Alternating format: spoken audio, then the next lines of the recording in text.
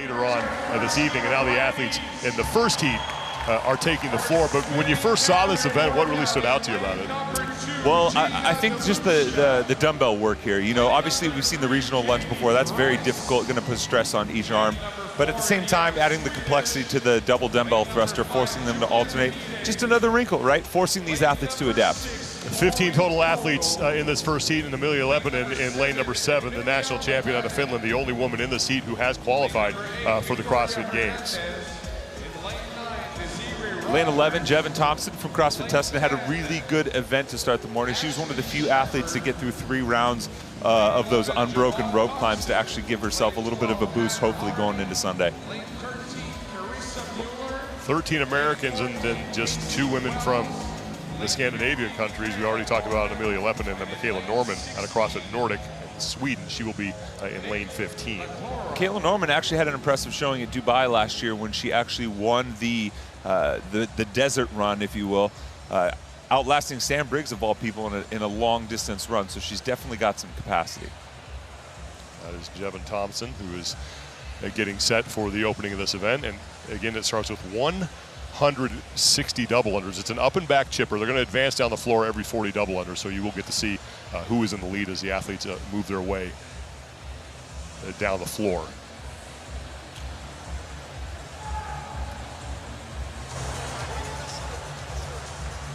We're still waiting on the updated standings for the women. But Sarah Sigmund's daughter came into event number 4. She had the overall lead. Kristan Holte sat in second. And then Steph Chung was the woman who was leading the race for the invitation to the CrossFit Games. She was in 3rd place. She's trying to hold off Andrea Solberg. But again, we don't know how that changed after the last event. Once we get those results, we will certainly update you on that. But it looked like of the last event, Nicole Burke won, and then she and Kristan Holte are the only 2 to finish it.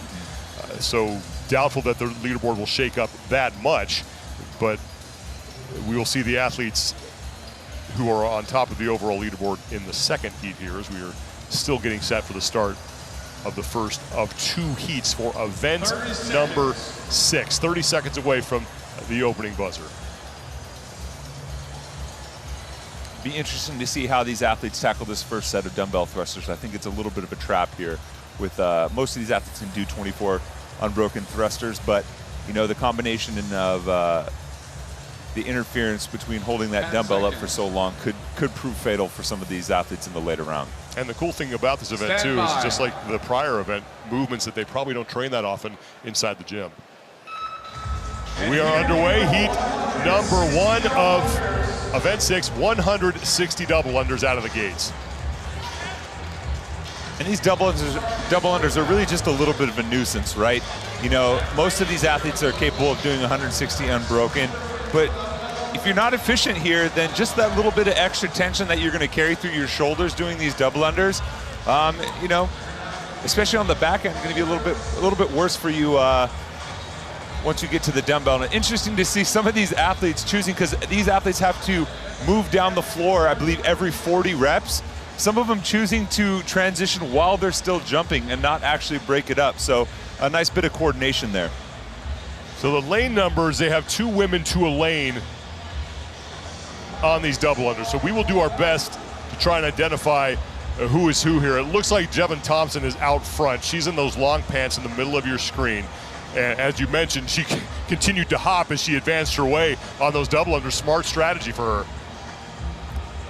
A little bit of extra coordination there. Normally you're not supposed to move around much when you're doing a double under, but Thompson has finished her 160 double under. She has to put her jump rope down in that final square. She actually has 40 left to go, so she is on her double unders.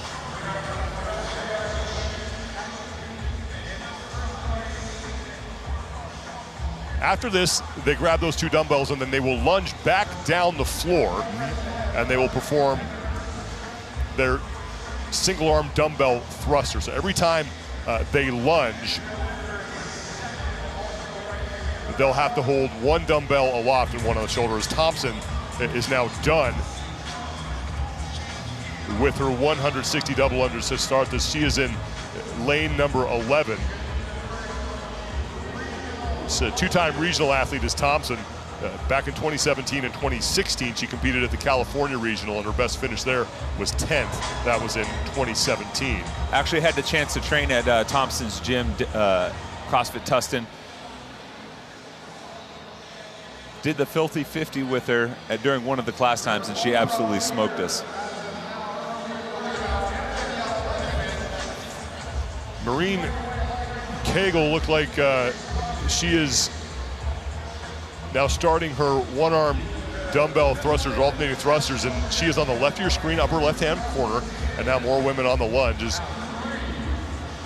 Everybody is working their way towards that first set of alternating thrusters, and you can see starting to struggle with this movement. Again, I doubt that many of these athletes have trained this before. Right. Even then, you're seeing some athletes choose on the lunge to actually use a whole-handed grip on that offhand dumbbell, the one that's resting on the shoulder. Not necessarily a great strategy there. You see some of the other athletes, they allow that dumbbell to rest on their shoulder, and really all they're doing is just pinching the top of the dumbbell with their fingers, so basically they have enough hands on it to keep it in place and meet the standard without actually having to kind of engage their hand while they're gripping it and blow out their shoulders. So Michaela Norman at the far end of the floor from us. She's closest to your screen. She's in the red top and white pants. She and Maureen Cagle are fighting for the lead here on this first set of alternating dumbbell thrusters. They'll advance every 8, 24 total. And now Michaela Norman has taken the lead.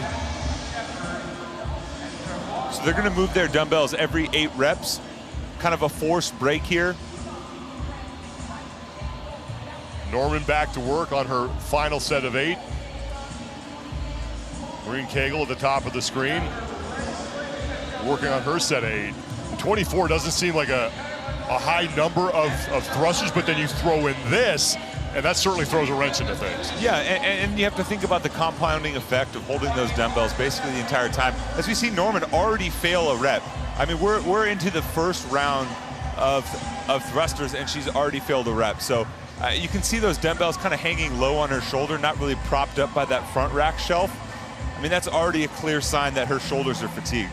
Victoria Hernandez, she's in the white top and gray pants. She's in 3rd place right now. Her hands are on her knees as Michaela Norman is done, and she will chalk up. And now another regional lunge 10 meters down the floor. And these athletes can choose whatever hand they want to go overhead, so they don't have to necessarily use either hand. They don't have to alternate like we did at regionals. We saw them have to switch arms halfway. So Norman and Cagle are on the lunge. Norman at the bottom of your screen, Cagle towards the top, and Cagle's now taking the lead. These are your top 2 athletes in this opening heat of Spinning Catherine. The names of these events that they cooked up here are fantastic, by the way. I think we got a little cheeky Irish humor, you know, just kind of woven into the names of this.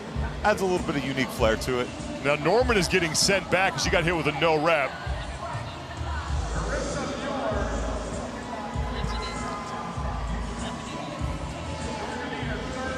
So Amelia Lepinen is the woman who is in the black pants. We apologize for misidentifying her, but that's what happens when you have no lane numbers, jerseys, or names on the shirt. So please bear with us. We're doing our best here to try to figure out who is on the floor. But that is Michaela Norman. Our spotters are hard at work trying to get us names and positions here. So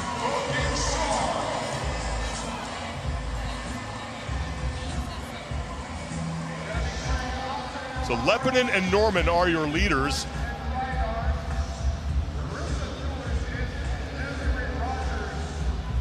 And they are now on another set of those alternating dumbbell thrusters, 24 that they need to perform. And then it's a final set. Double unders. 160 double unders, and then they will advance back down the floor as they did to start the event. But these ladies are really struggling with these alternating thrusters.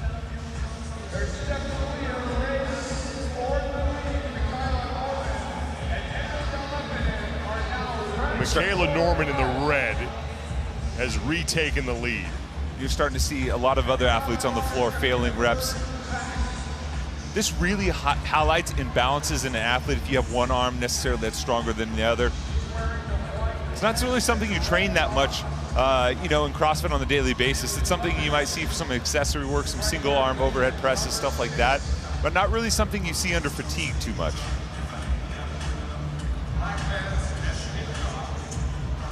So Norman, who had a really good showing at the Dubai CrossFit Championship last year, she was at 2 sanctioned events in 2019, 13th in Dubai and then 6th at the French Throwdown.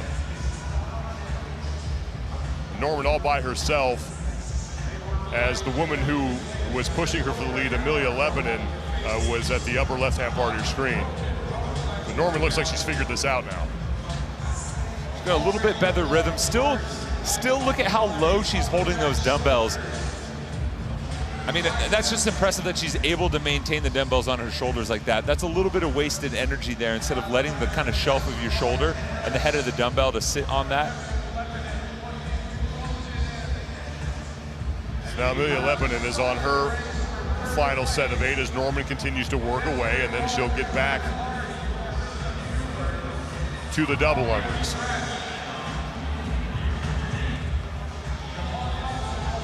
One more lunge for her first.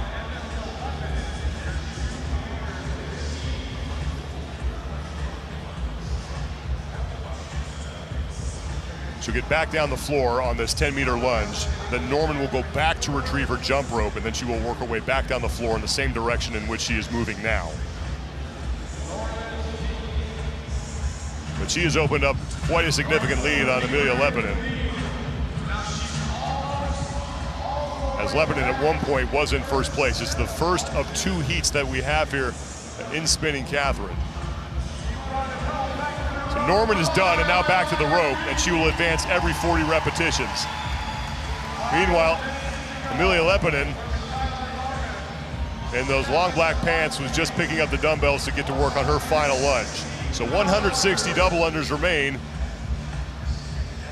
for Michaela Norman as she looks to win the first heat. Plenty of time left in the cap here.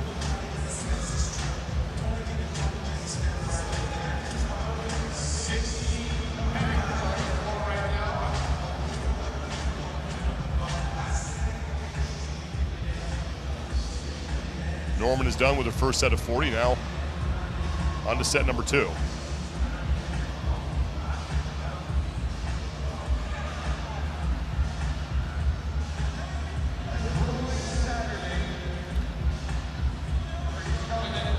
Amelia Lebanon on her final lunge. Approaching the 10-minute mark. And you can really start to see the fatigue piling up, seeing her shoulders start to shiver a little bit. That even making the lunge difficult for an athlete that was at the games last year, and typically, you know, lunges of this nature aren't a problem. Amelia Lebanon, with her first games appearance in 2019, finished 57th overall. Trying to catch up with that woman, Michaela Norman, who has basically led from the beginning here. Faced an early challenge from Lebanon, but Norman dealt with that. Now on her final set of 40 and looking to set the time to beat here with 1 heat remaining.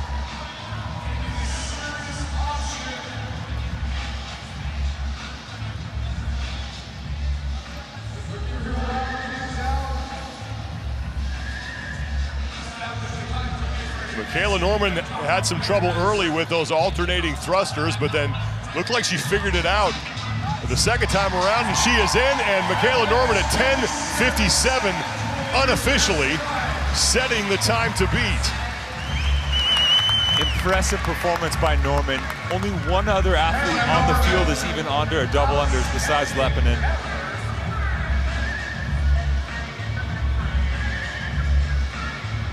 That's Jevin Thompson on the left side of your screen on her lunges. And then she will begin her final set of 160 double unders. 14-minute time cap in this event. So Thompson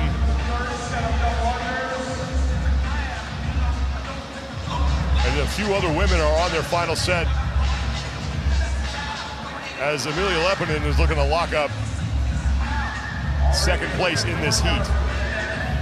I'm really impressed by Norman being able to wrangle it back a little bit. We saw her fail one of her thrusters in the very first round. Kind of looked like she was going to have some trouble from there on out, but you know what? She brought it back, maybe pulled the pace back just a little bit, even though Lepinen passed her for a moment. Able to collect herself and finish strong.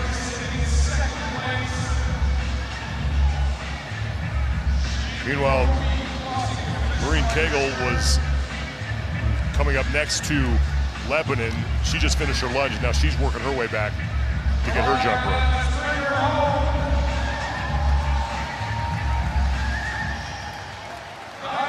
Lepinen just about done. She's on her final set of 40. She will cross the finish line with 12:31 unofficially for Amelia Lepinen.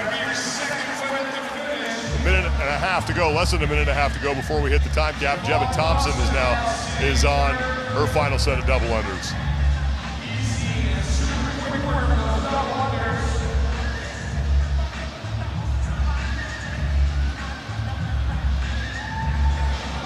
Hannah Hardy is next to her.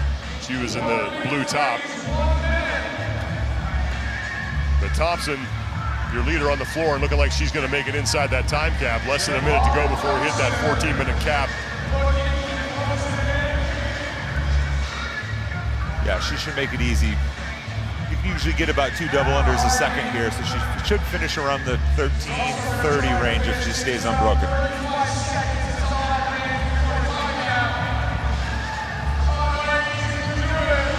Thompson and Hannah Hardy on their final sets as Thompson crosses the finish line. So she is one of 3 women so far to get in inside that 14-minute time cap.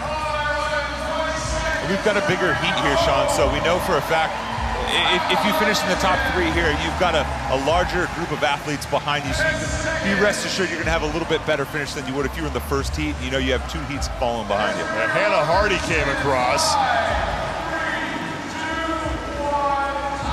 Looks like 5, 6 athletes may have finished in this first heat inside that 14-minute time cap, but it's Michaela Norman who has the time to beat.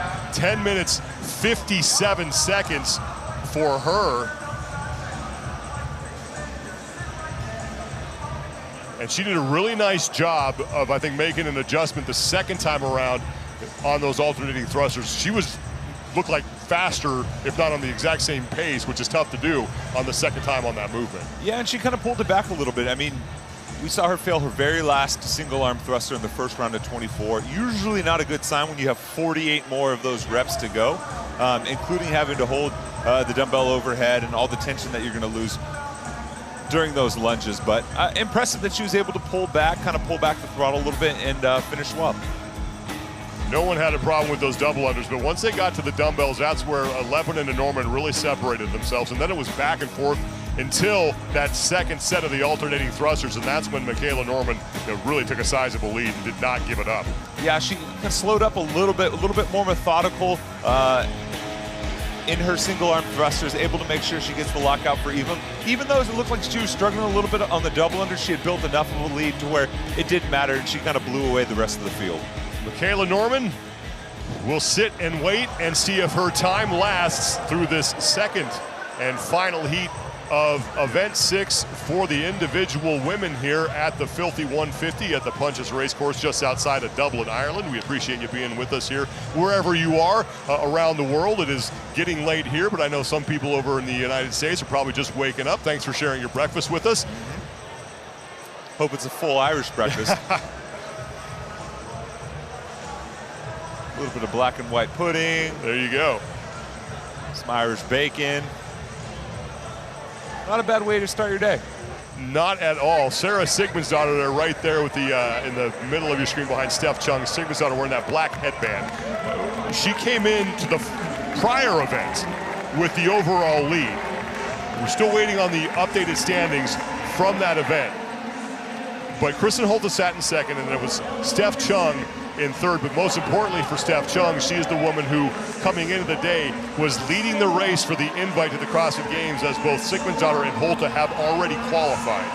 And it looks like that in the last event, the woman that was chasing Steph Chung, Andrea Solberg, they tied, so didn't actually make up any ground on Steph Chung. So right now is an important workout for her to hopefully kind of build a little bit more of a lead going into the final event tonight. And Steph Chung will be right next to Solberg on the floor, so she will be able to keep an eye on the woman she's trying to hold off. She came into the day with a 30-point lead, and if they did indeed tie in that last event, that deficit is basically the same now as we head into event number 6. But that will be the battle to watch there in lanes 7 and 8. And then, of course, Sarah Sigmund's daughter trying to hold off Kristan Holte, the two of them right next to each other. Yeah, and I talked to Sarah yesterday, and she said she's not even peaking right now. Her plan is to try and peak in a few weeks when she heads out to Dubai. So the fact that she's in first is fantastic for her. She's just trying to have a good time, have some fun out on the floor. You can see that because her demeanor has been great all weekend long. A lot of the fans who are here competed earlier in the day, and they're enjoying some pizza to refuel. They had 4 events back to back to back. A lot of fun, though, to watch some of the teams from the local gyms here go through that. It was great catching up with them and talking with them, and I think it's just a fantastic event that they ran here as part of this elite competition as well, as you take a look at Sarah Sigmund's daughter and Steph Chung. And some of the workouts that the community did mimicked the ones that they do here on the floor. So I talked to one of the teams that compete, and they said, it's nice to have some context.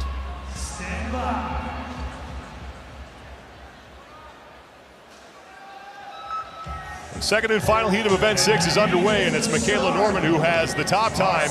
Did that in the prior heat, 10 minutes, 57 seconds. And Sarah Sigmund's daughter in the middle of your screen, who came into the day with the overall lead, gets to work on her first set of 40 double unders. 160 total double unders here, and they will work their way down the floor every 40. Kristan Holte in the purple, she was first, and then Sigmund's daughter Chung and the rest of the field right behind her. This should be a good event for Chung. Kind of shades of the chipper from 2018, event number 5. That was the year that Steph Chung qualified for her very first CrossFit Games. She also happened to win that event 5 chipper, which included the lunges, included those dumbbell box step overs, kind of similar stimulus here that we're getting in this event. So I would expect her to do well. Kristan Holte continues to lead on this first set of double unders. She's in the purple now on the right of your screen. Sigmund's daughter's in the middle of the green, and then Steph Chung on the left. Keep an eye on Steph Chung. And then right next to her is Andrea Solberg. So Solberg's trying to cut into Chung's lead. The two of them both trying to qualify for the CrossFit Games.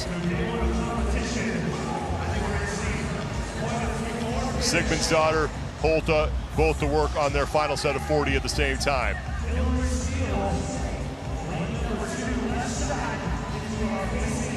Sam Briggs in the blue headband, black pants towards the bottom of your screen. She is on her final set of 40. Keep an eye on Kelsey Keel in lane number 13. Very powerful athlete. Had a top finish in the snatch yesterday. A former team athlete as well with Invictus Boston. She should really shine on these lunges and these dumbbell thrusters. Keel is the athlete in the black headband and the red and white top and shorts. Now Sarah Sigmund's daughter and Kristan Holte leading the way. Sigmund's daughter now in front of Holte on this first trip down the floor with those 2 dumbbells. 35 pounds for the women.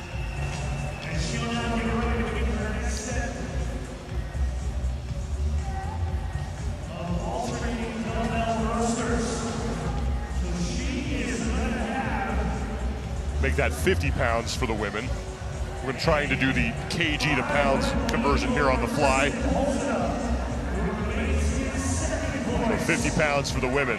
Men will use 70-pound dumbbells, and now Sigmund's daughter and Holte are on their first set of 24 alternating dumbbell thrusters. Sigmund's daughter has the lead. Holte is in second.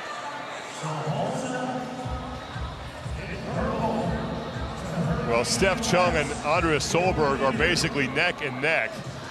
They are behind the 2 leaders right now in this event. That is the race between Chung and Solberg for the invitation to the CrossFit Games, and Chung, who just moved her dumbbell. She's on the left side of your screen in those long black pants, now putting on a weight belt.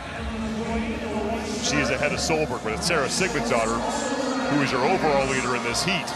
And now, Kristan Holte will join her on their final set of 8 alternating dumbbell thrusters. So neither woman here having a problem with this movement. No, and it's interesting to see how each of these athletes kind of finishes this workout. Sarah typically comes out a little bit hotter in some of these workouts, whereas Kristan is a little bit more methodical, tends to pace herself. You'll see her kind of pour it on towards the end.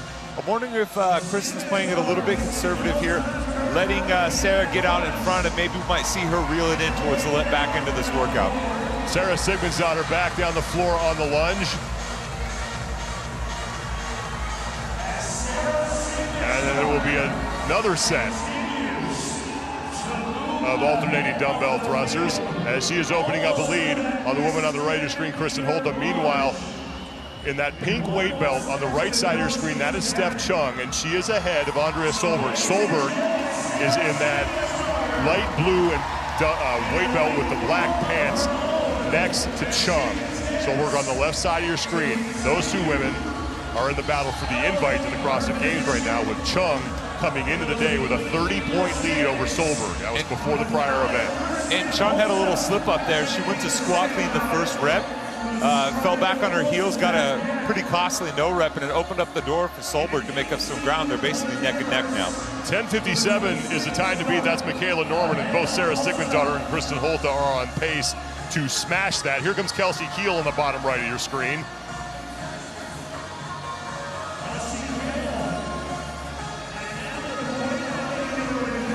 Approaching the 5-minute mark. Second and final heat of event number 6. One more event for the individuals on this Saturday after this.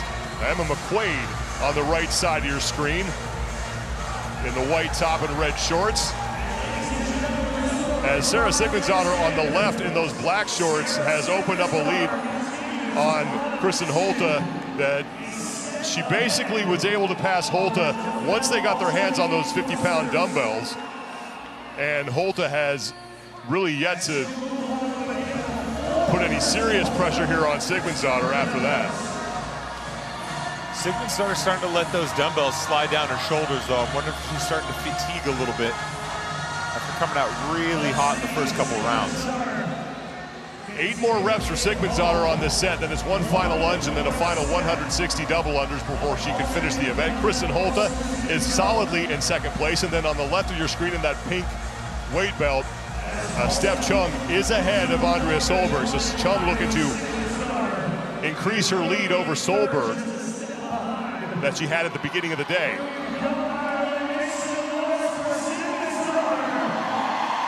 Sigmund's daughter on her final reps on this set of dumbbell thrusters. Kelsey Keel, bottom left of your screen, moving up. And now Holte starting her final set of 8. And now Sigmund's daughter, final lunge for her. Sigmund's daughter's about 90 seconds ahead of the pace that Michaela Norman set. So as long as she doesn't have a major slip up here, she's going to cruise to an event win.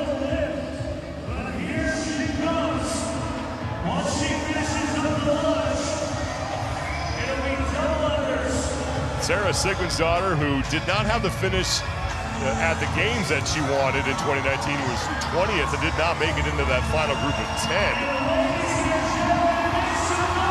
And Sigmund's daughter is done and will work her way back to the jump rope for her final set of 160 double unders. But last year, she was in 3 sanctioned events, and she finished in the top 3 in every one, and she won strength and depth, and she looked impressive there, and she's duplicating that performance here in Ireland. Yeah, having a strong weekend so far, she, but for basically the 4th year in a row, we've seen a coaching change from Sarah. So this year, she's basically operating solo, kind of going on her own terms. And, it's not surprised to see her doing well, but the big question is, can she translate that into success in the games? Kristan Holte is now done, and she will join Sigmund's daughter on that final set of 160 double unders, but Sarah is already 40 in before Holte even gets to the jump rope.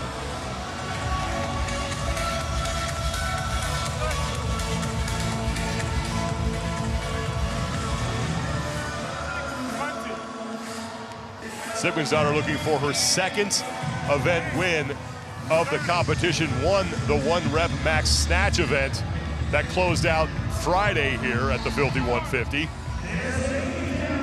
And she is creeping closer to the finish line. Halfway through her 160 double unders.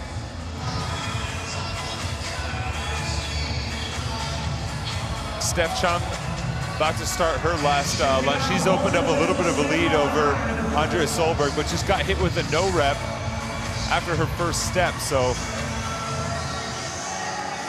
Chung, with her hands on her hips in the background there in the all black, does not need to win this competition to get herself to the CrossFit Games. She just needs to finish ahead of everybody else who hasn't qualified yet.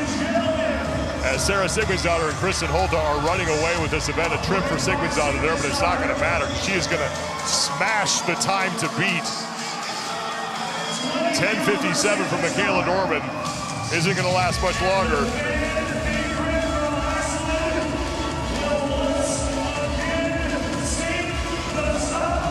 Sigmund's daughter's done. Second event win for the fittest woman in Iceland.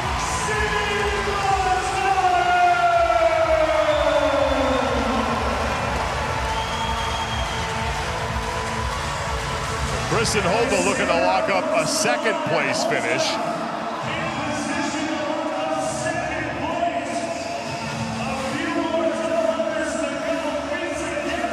She is on her final set, final double unders. Holta's done, and she is in. And Kristan Holta will take second place as she keeps the pressure on Sarah Sigmund's daughter, but Sigmund's daughter will gain some ground, or at least gain some points, as she opens up more of a lead on Kristan Holta for the top spot on the overall leaderboard. Again, we need to get the updated standings from the prior event, but Sigmund's daughter should still be your overall leader. Is now Emma McQuaid, the fan favorite here, the hometown favorite, trying to lock up third place. She is the only other woman right now on her final set of double unders, along with, or at least farthest along on her final set. Kelsey Kiel is on the right of your screen, but she is the leader on the floor right now is Emma McQuaid. Kelsey Kiel on the right, and then on the left in the background is Steph Chung. Steph Chung has kind of struggled with this first set of double unders. She finished only a few seconds behind Michaela Norman as far as the pacing goes on that last lunge. She really made a push on these double unders. She could maybe squeak in and add another person between her and Solberg to try and build that lead, but it's taken her a long time to get through this first set of 40, and it looks like she's not going to be able to beat Norman's time to beat from the previous heat. Emma McQuaid is just about done, and McQuaid, hearing it from the crowd, is Emma McQuaid is going to take third in the event.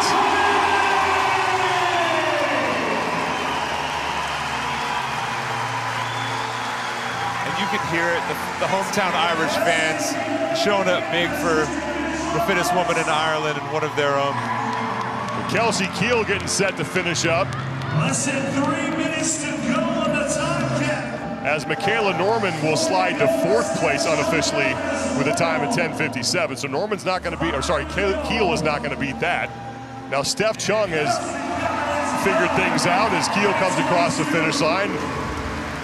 Chung just about done. This is good news for her because she is ahead of Andrea Solberg, who's basically pulled about 10 to 15 reps behind her. If Steph Chung trips a couple times and Solberg stays unbroken, she could catch her. Solberg's on the left, Chung is on the right. Chung is done, so Steph Chung will not surrender any ground in that race for the invite to the CrossFit Games. But boy, Solberg put on a charge, most due to the fact that Chung was struggling on the double unders. So Solberg's in, so she will do a little damage control and finish closely behind Steph Chung. Less than 2 minutes to go before we hit the 14-minute time cap against Sarah Sigmund's daughter, your event winner, the second event win for her in this competition.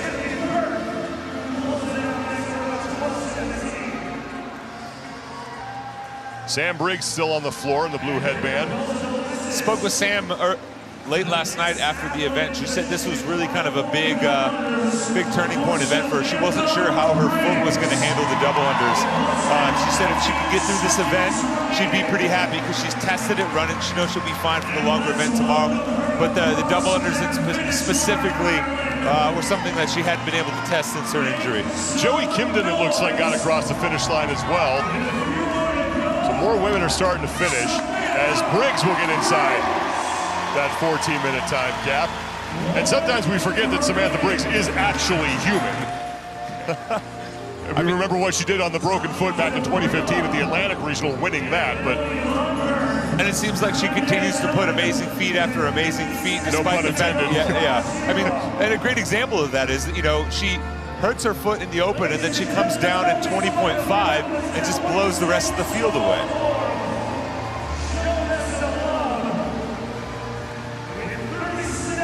I'm still not convinced she's human, though. That is a good point. I'm not either. So, Tommy DePrima, I think, also came across the finish line. Joey Kimden, I think, is still on the floor, but we'll get that sorted out officially once we get all the official scores. But we know that Sarah Sigmund's daughter, I mean, all the work she just did, and she looks totally fresh right now.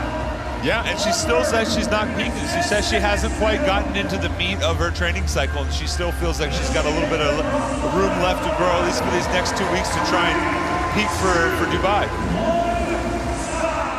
That's one of the impressive things about these top athletes, not just the output, but how quickly they recover.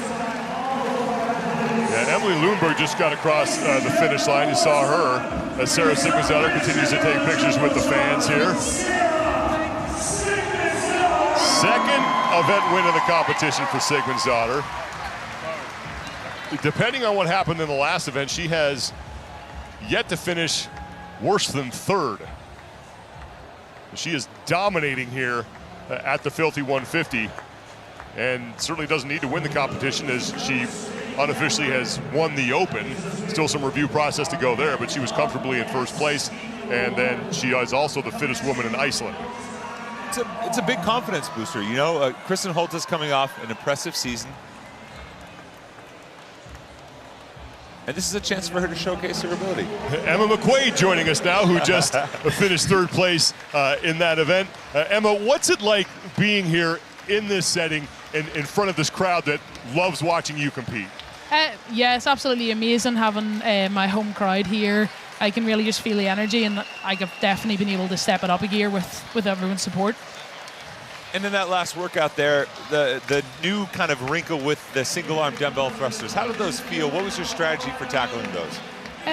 Well, obviously, because we had to do it in sets of 8, the goal was just do 8 every time. So you just had to take an extra couple of seconds every time before you started, just to make sure.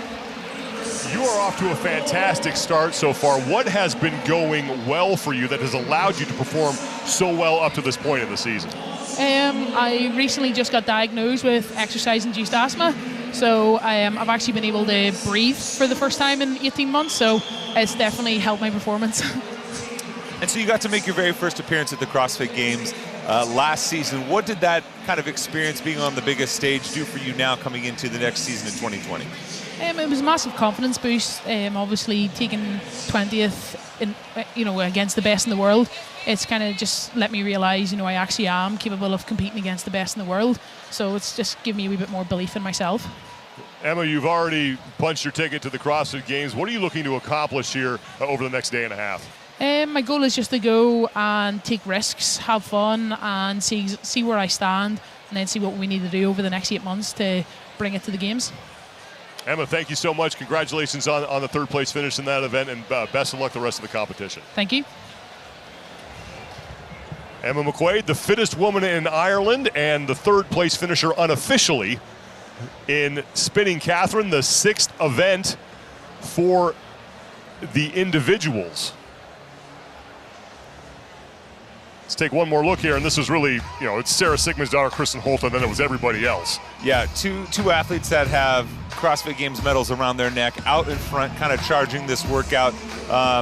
From the get-go, it looked like Sarah was a woman possessed, and Kristan unable to keep pace with her. Sarah kind of cruised her way to a victory, well ahead of the time to beat from the previous heat, Michaela Norman, and she walks away with her second event win of the weekend and a ton of confidence heading into tonight. Sarah Sigmund's daughter basically putting a stranglehold on the top of the overall leaderboard, although Kristan Holte may have something to say about that as we move our way through the competition. Still plenty of events remain here. One more on Saturday, and then we have 3 more that we know about on Sunday. And here's the interesting thing about the race between Sarah and Kristan. They're very much kind of a level above some of these other athletes, so they're not going to pick up a ton of ground on each other, you know, exchanging firsts and seconds like they have today. The men coming up next, first of 2 heats for them as they get set to take on Spinning Catherine. It will be the exact same rep scheme. The weights are heavier, 70 pounds on the dumbbells for the men, and we start with the 160 double unders. And just one man in this heat has qualified for the CrossFit Games. That's Jean-Simon Lemaire. I take that back. He is close to qualifying. He was hit with a major penalty because of his performance in 20.4. That knocked him just outside of the cut line. He's the first man out. But the good news for Jean-Simon Lemaire as the men continue to advance here in this first set of 160 double unders is that Rich Froning is inside the cut line. He is going to decline, so that would mean that Lemaire would qualify, but we still have reviews for 20.5 that we need to take care of before this is all finalized. And Lemaire is looking for a little bit of redemption after making the games last year. He's been kind of a high open performer in the past, but hasn't been able to translate that to regionals. Didn't have necessarily the CrossFit Games that he might have hoped after a strong finish in the open. So this type of experience on the floor competing against top quality competition is huge for him. Most of these men having no trouble so far with the 160 double unders, and they are all more than halfway through. They will advance after completing 120 and then complete their final set of 40 for 160. And then it's that overhead walking lunge. And dare I say, I think the dumbbell weight is actually a little bit more manageable for the men. Typically we use kind of the rule of thumb, about 70%. Women's weights compared to men. Women's weight on the dumbbell is 75% compared to the men, so the loading a little bit heavier for the women. So wouldn't be surprised if we see some of these men blaze this pretty fast. Jean-Simon Lemaire is in the middle of your screen. He's in that green shirt. Now he just finished his 160 double unders, and Lemaire, I want to apologize to him because I believe that I identified him as Cedric Lapointe. And I meant Cedric Lapointe instead of Jean-Simon. I apologize. Jean-Simon Lemaire is in the CrossFit Games. He finished 8th in the open, so everybody can stand down. I apologize. We were telling the story of Cedric Lapointe. We'll get to him in the next heat. But they are both Canadian, so at least I was close there. Both French-Canadian. There you go.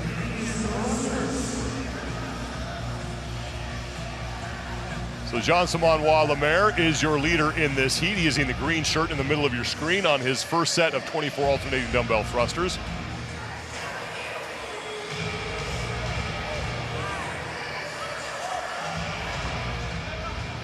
Next to him in the black is Andre Houdet, who came close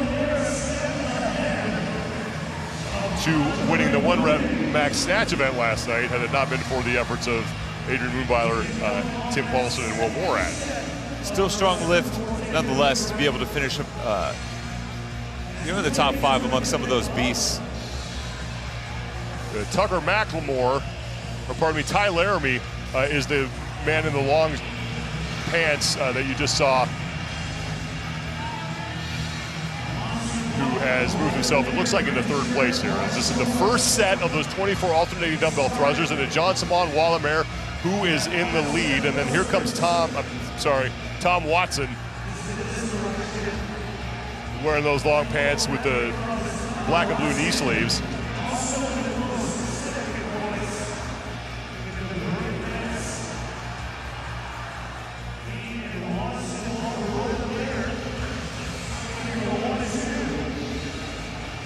Jean-Simon Lemaire is done with those 24 alternating dumbbell thrusters, and he will now work his way down the floor on his first lunge.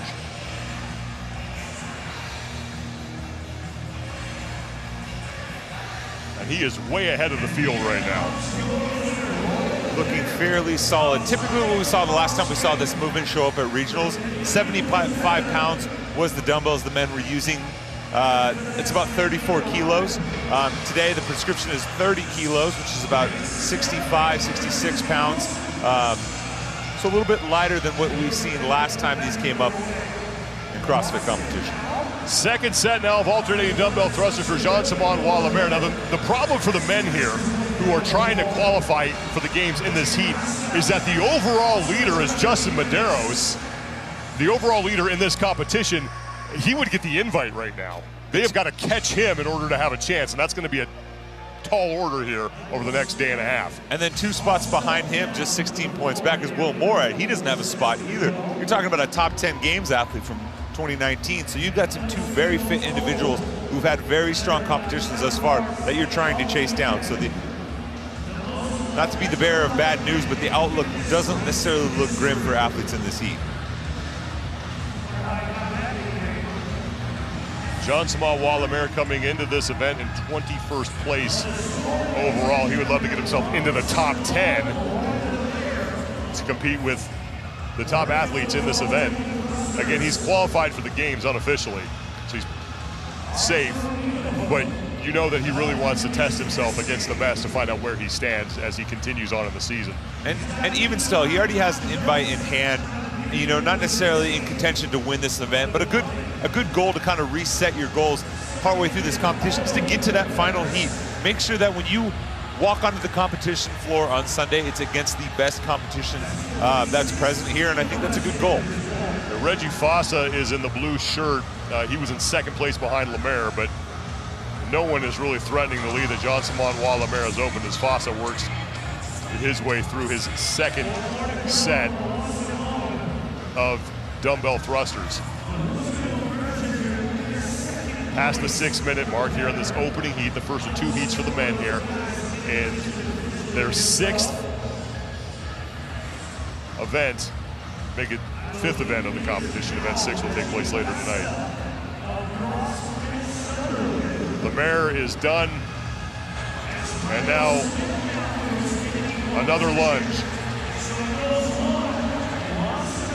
He's going to have plenty of time underneath the time cap.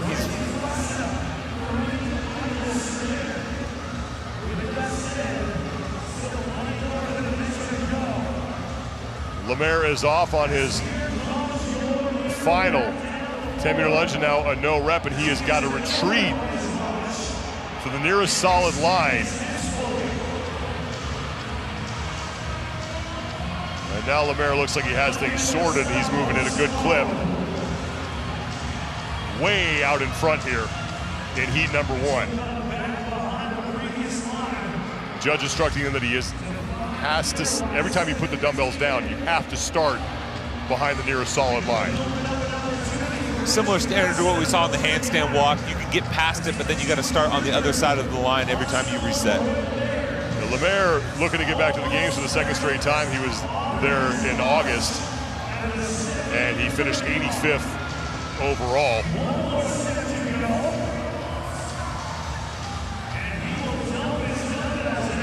And he is done, and he will retreat to grab the jump rope. Jean-Simon Wallemaire in the lead. Ty Laramie has moved into 2nd, and Reggie Fossa is in 3rd.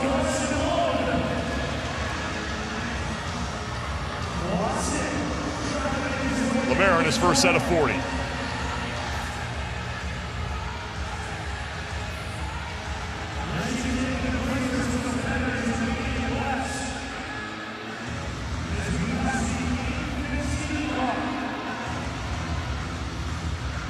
Good majority of the field now coming towards the back half of this event as they are completing their 2nd and final lunge down the floor.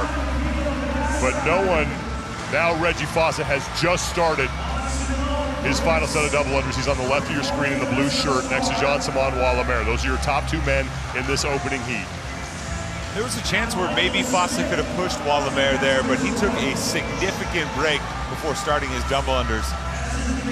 So Fossa's done with 40, and now Lemaire's done with 80.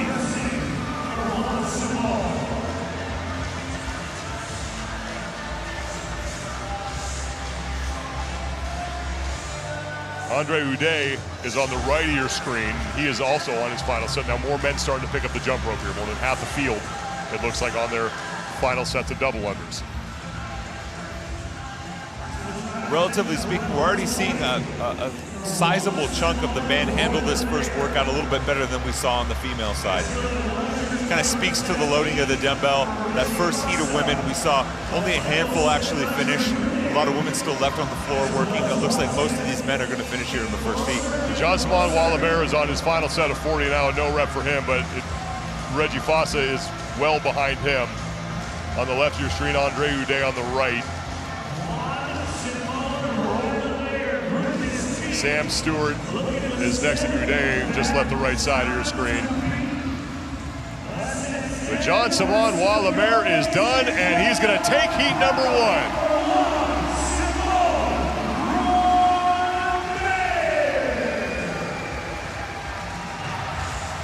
Gets in inside 10 minutes. 9:53 unofficially for Jean-Simon Wallimer as he looks to move himself up the overall leaderboard. Now Reggie Fossa getting set to finish up as well.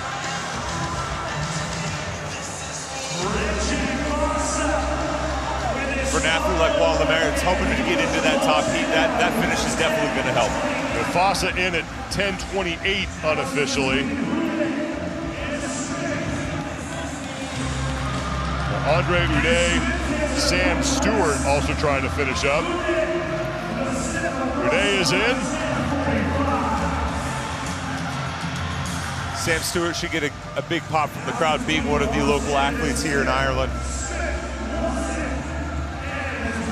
Stewart is in.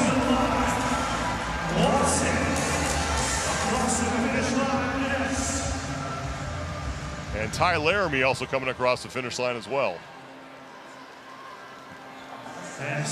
Making it Tom Watson coming across the finish line. Ty Laramie still on the floor on his final set of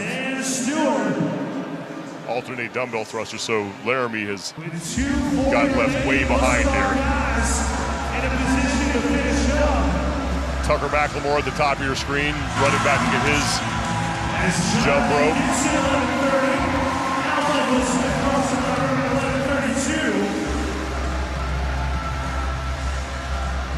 Jean-Simon Wallimer, the only man to go sub 10 minutes, 9:57 to set the early time to beat as we are starting to creep up on that 14-minute time gap. Still more than 2 minutes to go before we hit that, though.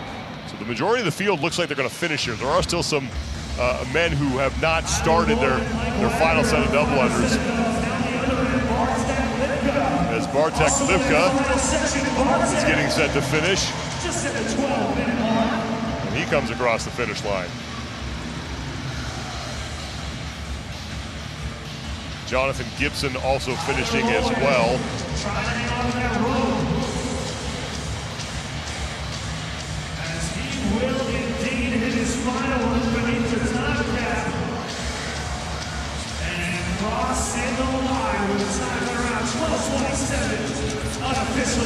Tyler Lloyd is in. And Mike Wagner in the blue shorts. Going to make it well inside the time cap as he closes out his final set of 160 double unders. Just 5 to go for him, and now a couple trips. And let's hear it for, ladies and gentlemen, Mike Wagner. So Mike Wagner is in, making his second appearance at a sanctional event. He was at the Dubai CrossFit Championship last year, finished 26th overall. Less than a minute to go. And that time sure will stop the floor. Tucker Mclemore working on his double unders as we are inside a minute to go now, 45 seconds before we hit that 14-minute time cap. He took a look at the clock. He knows he has time. As long as he doesn't come up with a trip here, he should be okay. He can afford maybe one break, maybe one trip up to still get underneath the time cap, but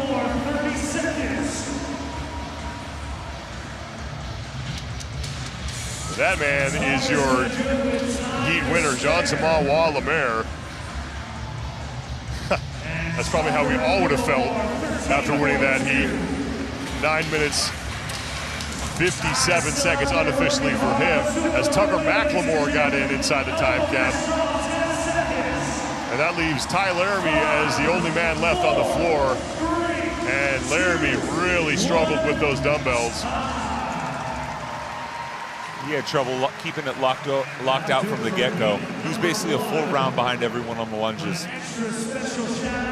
Jean-Simon Lemaire will now become a spectator to see if he can come up with his best finish and an event win, but some very talented athletes coming up in the second and final heat here of spinning Catherine. 9:57 will be the time to beat as we head into that second and final heat here of event 5. One event remains on the day after this for the individuals, and then 3 more on Sunday. That's a good event for Lemaire to be able to hang his hat on. You know, he's an athlete that has done well in the open, but maybe struggled at the next level with some of these higher level programming. This feels more like a regional level type event. So to be able to come out and, in the very least, win your heat, because that's the best you can do at this point in time. It's a good, strong finish to kind of center your day around. Yeah, no one really pushed him throughout this entire event. He was out front by himself right after that first set of double unders. And for an athlete that has finished inside the top 10 worldwide in the open, that's what you like to see, right? For someone that actually wants to be able to do some damage at the games, in a sanctioned event, when in an early heat, you should be able to front run. You should be able to go out and maintain a pace that some of these other athletes simply just don't have the capacity for. So definitely a strong finish from Lemaire. You can see he's fired up. And he should be. And once again, Jean-Simon Lemaire safely inside the open cut line as he looks to return to the CrossFit Games for the second time in his career. Sean Sweeney and company getting set to take the floor. Sweeney with the cowboy hat. I doubt he's going to keep that on for the entire event. That might be problematic for the double unders. Will Morad behind him. Morad coming off that great performance last night in the one rep max snatch. He has a black headband behind Sean Sweeney in the cowboy hat. Dan Bailey on the right side of your screen set a 30-pound post-surgery PR last night in the one rep max snatch event. Great to see Dan back out on the competition floor. In my opinion, one of the greats of the sport, and one of the truly good ambassadors of the sport. So it's nice to see him out throwing down with the big dogs once again. Would love to see him back at the CrossFit Games as an individual. We haven't seen that since 2015 when he had his best finish. He finished 4th overall, just missed getting to the podium, but did win the Spirit of the Games award that year. The battle that you're going to want to keep an eye on is going to be in lanes 9 and 10. Adrian Moonweiler coming in second place overall, just 8 points back unofficially of Justin Medeiros for the overall lead and for the invite to the CrossFit Games. Yeah, all 3 of the top 3 men overall, Medeiros, Moonweiler, Morad, don't have an invite, and right now just 16 points separate them. That's a couple of placings on the leaderboard, especially with how much we still have left to do in this competition. So a strong performance from any one of these 3 events could get the momentum swung in their favor going to the back half of the weekend. Yeah, Tim Paulson, another guy who can, a bigger dude who can really handle those dumbbells. We'll see how he handles the new wrinkle here with that alternating dumbbell thruster, but he was impressive last night, tying for the event win in the one rep max snatch as Dan Bailey and company get set to try and chase down Jean-Simon Lemaire, who has the top time at 9:57 unofficially. Yeah, you mentioned Tim Paulson's name. Really strong overhead, really good positioning overhead. It's something that he works a ton. Talking with him, this is one of the events he was really pumped about. Efficient positioning overhead kind of mitigates the damage that those dumbbells do for you long term, especially in these later rounds. So for a big guy like Paulson, he should be able to move through this pretty quickly. Will Morad in 3rd place overall. He is 16 points back of Justin Medeiros. Medeiros, Moonweiler, and Morad, your top 3, and all 3 of them looking to lock up an invite to the CrossFit Games here. Sean Sweeney also trying to get into that fight. He is 36 points back. So those are your top 4, all men looking for an invite to the CrossFit Games. It looks like Sweeney might get a backfield invite because there's 3 athletes above the cut line in the open. They're going to go team. Roy Gamboa along with Brandon Luckett. So we are underway. 160 double unders, advancing every 40 down the floor.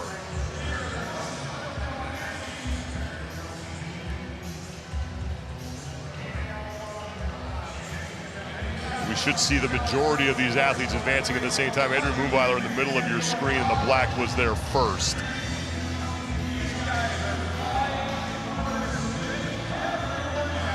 He and Justin Medeiros right next to each other. Medeiros is the man with no shirt on in the black shorts. Towards the top middle of your screen, Moonweiler in the all black and the black headband. He has that sleeveless black shirt on. Your top 2 leaders on the overall standings. And Tim Paulson right next to them.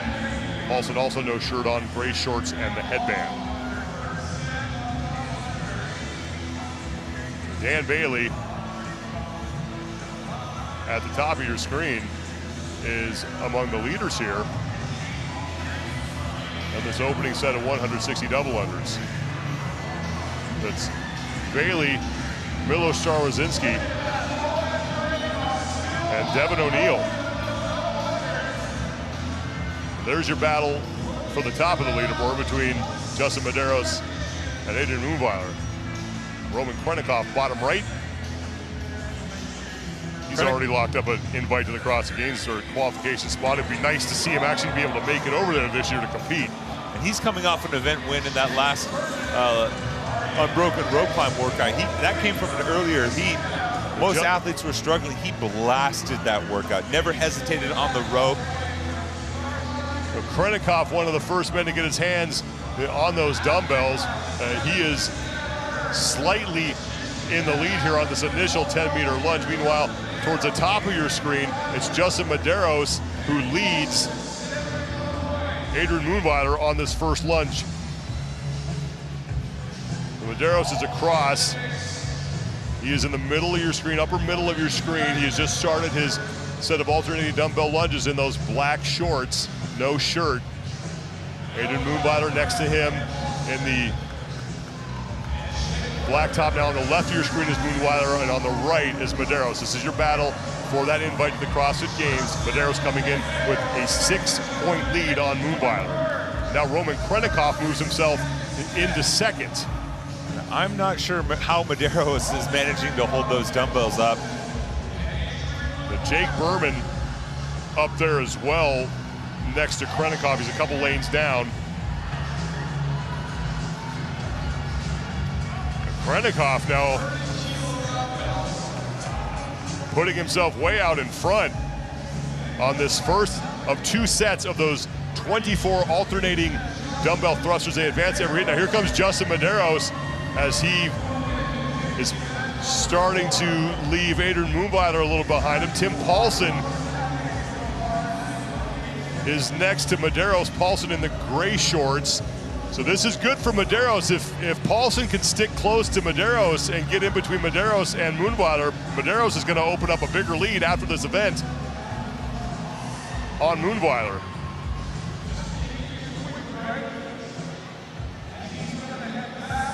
Medeiros is done with a set of 24, now working his way back down the floor. Look at how he's holding that dumbbell. It looks like it's hardly resting on his shoulder. His wrist is really torqued back. Dumbbells looks like it's almost falling off his back. I'm amazed he's able to hold that compared to Roman Krennikov, right? Krennikov's got the load bearing on his shoulder. He's got his hands just barely around the handle just to make sure it doesn't fall. Much more efficient in terms of handling that, keeping it over to the center of your gravity.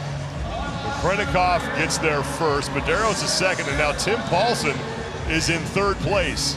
9:57 unofficially the time to beat. John Simon Wallamare did that in the prior heat. Krennikov to work first on his second and final set of 24 alternating dumbbell thrusters. Paulson made up a ton of ground on that last lunge. He took an extra break during those 8 thrusters on that final section. He actually broke at 4 finished the last 4 thrusters while everyone else was resting for the lunge, made a quick turnaround and actually made up quite a bit of ground. Adrian Moonweiler with his hands on his knees towards the left side of your screen is trying to catch up with Medeiros, but he's got to take care of Tim Paulson first because Paulson is ahead of him. So Medeiros looking to open up a little bit of distance between himself and Moonweiler in the overall standings. Tim Paulson is throwing those things around like they're Tinker toys. Krennikov, bottom right of your screen in the light blue shirt, continues to be the leader here in this heat.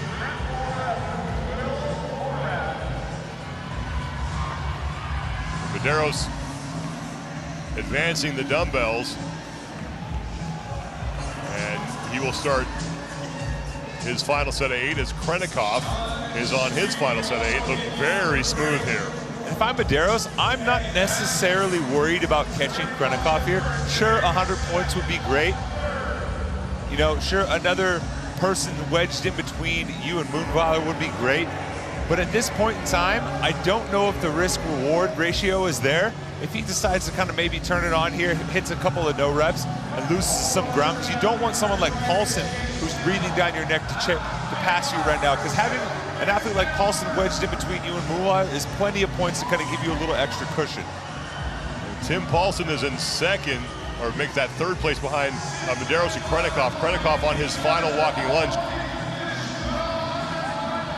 Matt McLeod is starting to move up. You just saw him. He was in that army green shirt. Man who made his debut at the CrossFit Games last year. Krennikov in the lead. Dan Bailey, meanwhile,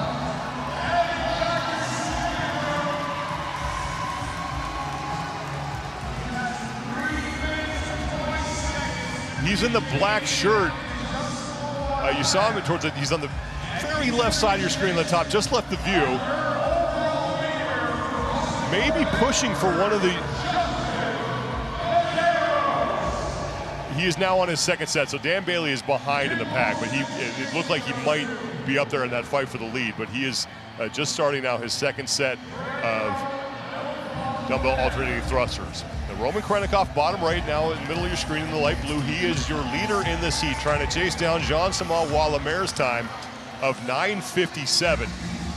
Tim Paulson in the gray shorts, no shirt, and the red, white, and blue headband on the right of your screen is next to Justin Medeiros. That's the race right now. And that is absolutely the race. And now Paulson has moved ahead of Medeiros into second place, so Paulson is still ahead of Adrian Moonweiler, but he will not increase his lead as much now that Paulson has passed him. Tim Paulson taking a look at where Krennikov is, and he's looking to reel in the Russian.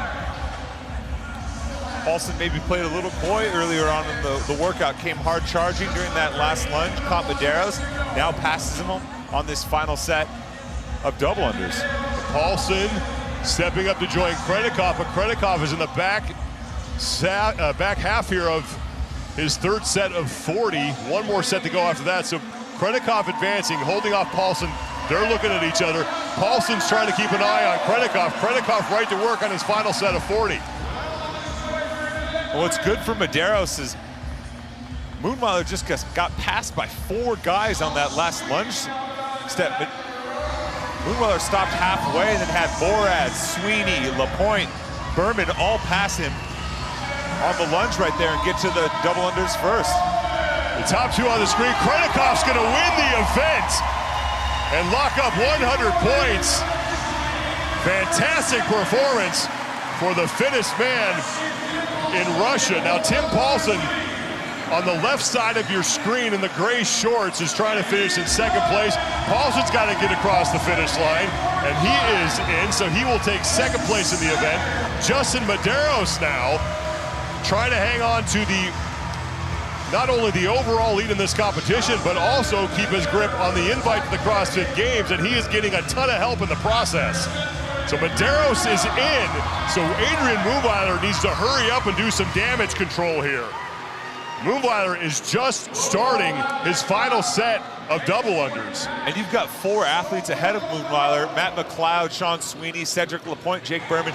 Not to mention, the previous heat had a best time of about 9:53.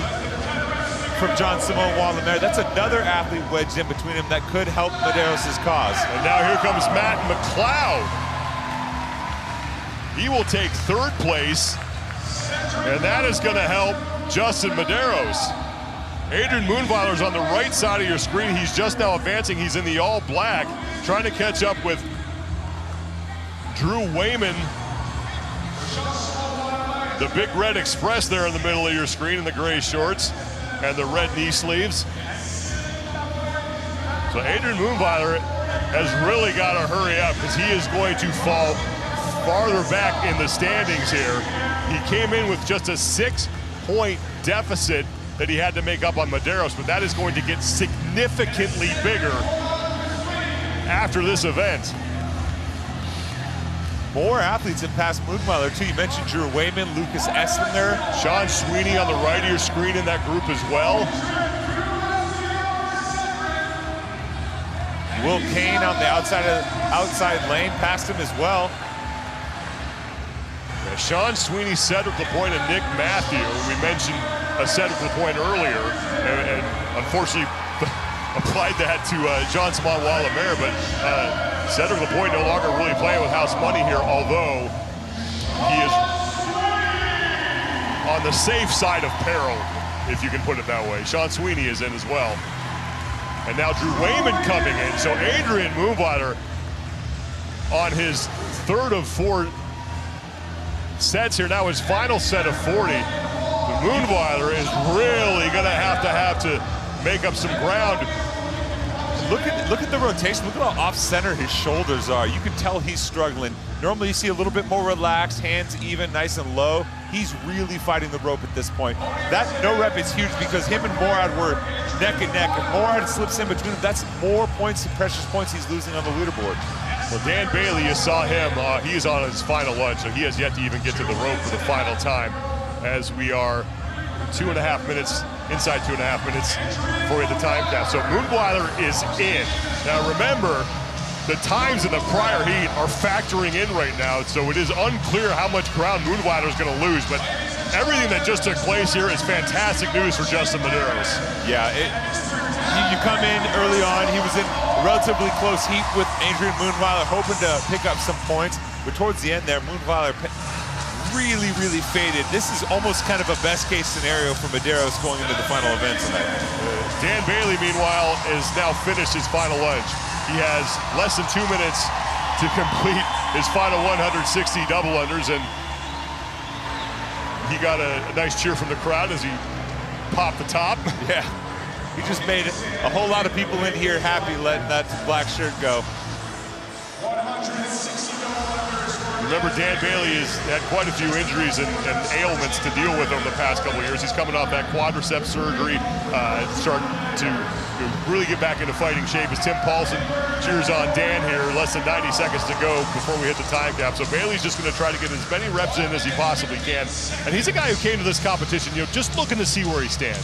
And he's got to be happy with what happened last night. And now he'll leave with some intelligence on what he has to work on moving forward. And this was talking to him earlier today, this was a workout that he had circled as the real problem area for him. Because this workout effectively combines the things that he hasn't been able to work on because of those injuries. A lot of below parallel, a lot of squatting, a lot of tension on the knee with the lunges, and then the overhead stability stuff. When you have a complete labrum repair, overhead positioning gets tough and it takes a lot of time to get that mobility back. He even mentioned that he's only going to be able to do the lunges one arm because of the issues from that surgery. So that's going to put a limiter on this workout for him no matter what. Final 30 seconds before we hit the 14-minute time cap, and everybody here in Ireland is getting behind that man, Dan Bailey, and you can see the respect that his fellow athletes have for him as they are all trying to get him across the finish line. It's probably not going to happen as we have just about 15 seconds to go, but Bailey moving now to his third of 4 sets. He won't be able to get in, but great effort from Dan Bailey here, and the crowd certainly appreciates that. A big smile from Dan Bailey thanking the crowd here at the Punches Race Course. Once again proving my theory, Tommy. People love Dan Bailey. What's not to love? Boyish good looks, cunning wit. Just a fantastic person. Nice guy to talk to. Roman Krennikov will win the event as he smashed Jean-Simon Wallemer's time in order to do that. Tim Paulson takes second, and Paulson is having a really solid showing here. He won the opening event, tied for first in the snatch, and now another top 2 finish. As there we go, Sean Sweeney handing out the autograph photos of himself. There's only a few things guaranteed in this life, Sean. Death, taxes, and Sean Sweeney's 8x10 signed glossies bring it to every competition. Dan Bailey giving the thumbs up to the crowd, nearly tripping as he works his way off the floor. Tim Paulson joining us now, and Tim, you come into this event having already basically qualified for the CrossFit Games. How does that affect now how you approach this competition here in Ireland? It definitely lets me have a little more fun. You know, I can go out with no game plan, just send it on every event that I think is, you know, in my wheelhouse, and I'm, you know, sendable. And that's basically it. And I'm just going to do that, rinse, repeat all weekend, see how it goes, and learn some lessons. And what was your plan for this particular workout with the new kind of movement with alternating dumbbell thrusters and a movement like the regional lunge that you're familiar with? I knew I was really good overhead with the regional lunge, so I decided I wanted to push the thrusters a little bit and rely on just being strong overhead to kind of keep the lunges up, and it worked out pretty well.